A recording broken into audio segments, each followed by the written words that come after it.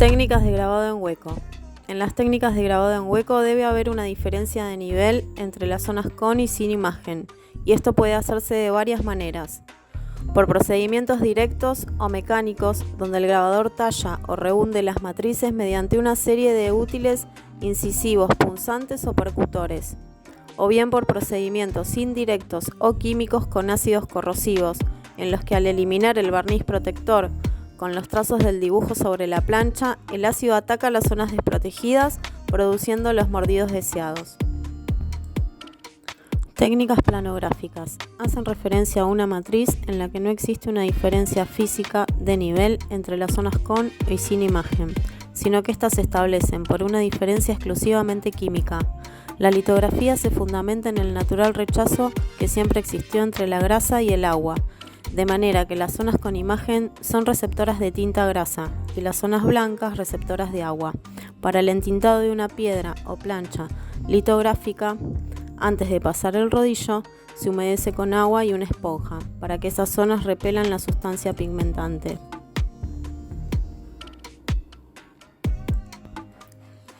Agua tinta. Técnica de grabado en hueco. Cortar la plancha y quitar los rebordes de ambas caras con una lima. Elegir el lado con menos rayones y pulir con lija al agua.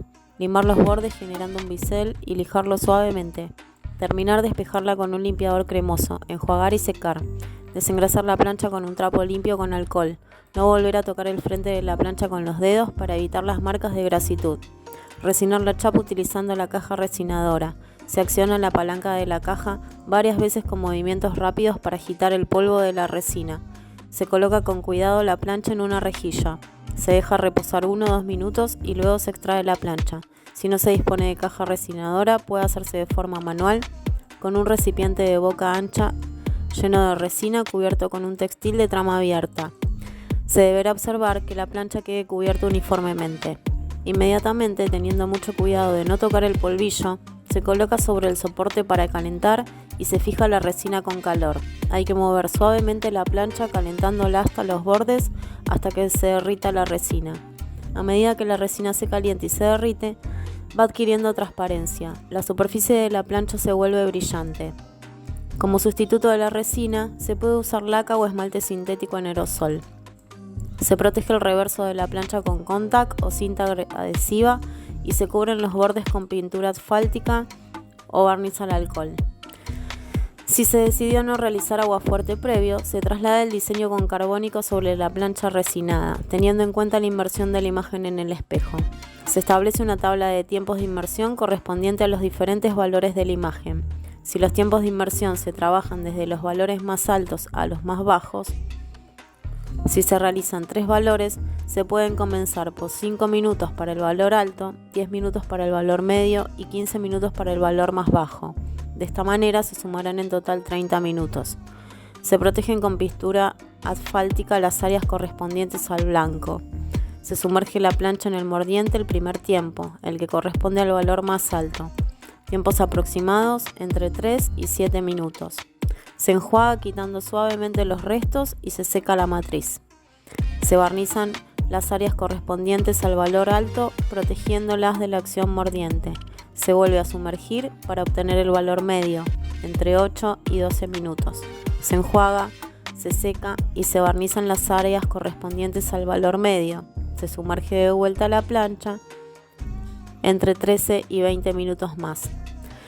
Las zonas expuestas al mordiente se cubren de óxido, por lo que es necesario lavarla antes de continuar trabajando. Una vez terminada la plancha, se limpia la pintura asfáltica con removedor en gel o trementina. Luego se quita la resina o el aerosol con alcohol y se realizan las pruebas de estado. Litografía sobre máster poliéster, técnica planográfica. Con este procedimiento podremos reproducir la técnica originaria en piedra calcárea, ya que la característica principal de la misma es la repulsión entre el agua y el medio graso. Para preparar nuestra matriz, realizaremos una impresión láser sobre la plancha de poliéster. También podemos utilizar un dibujo con un medio graso como una virome común.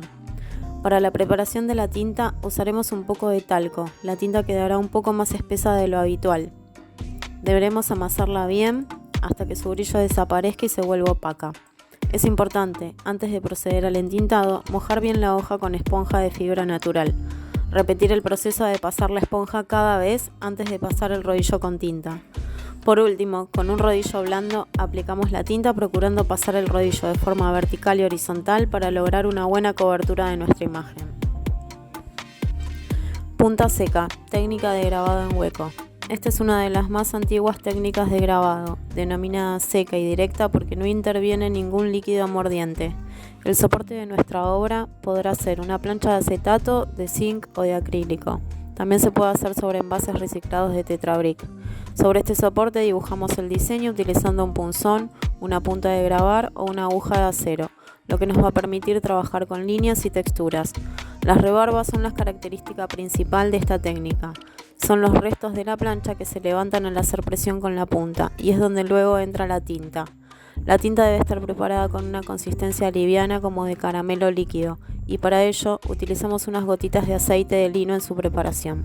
Para aplicarla utilizamos una muñeca de tartalana o una goma o espátula de plástico blando, procurando que penetre bien sobre las líneas. Luego limpiamos el exceso de tinta apoyando en papel de diario varias veces. Para descubrir las zonas que no deben llevar tinta podemos ayudarnos con una bola de tartalana previamente frotada para quitarle el apresto y la pasamos suavemente sin hacer demasiada presión. Terminamos la limpieza con el papel de seda o papel de guía, limpiamos los biseles con un paño y pasamos a estampar sobre hoja húmeda. Hay que tener en cuenta que el número de copias que se obtiene con esta técnica es limitado debido a que la rebarba se desgasta rápidamente con la presión de la prensa, el entintado y la limpieza. Litografía offset, aguada toner, técnica planográfica. Para esta técnica vamos a utilizar como soporte de nuestra obra planchas de offset. Realizaremos nuestro diseño con una mezcla de polvo de tóner y limpiador de piso, utilizando herramientas como pinceles, paños, plumas y demás, con el fin de generar texturas visuales. Cuando nuestra obra está lista, pasamos al proceso de insolación. Esto podremos realizarlo exponiendo la chapa al sol fuerte del mediodía o bien utilizando una luz halógena bien potente a una distancia de 40 centímetros por el tiempo de 1 hora aproximadamente. Luego del proceso de insolación pasamos al proceso de revelado. Introducimos la plancha en una batea donde preparamos previamente una mezcla de una parte de revelador positivo por 4 partes de agua.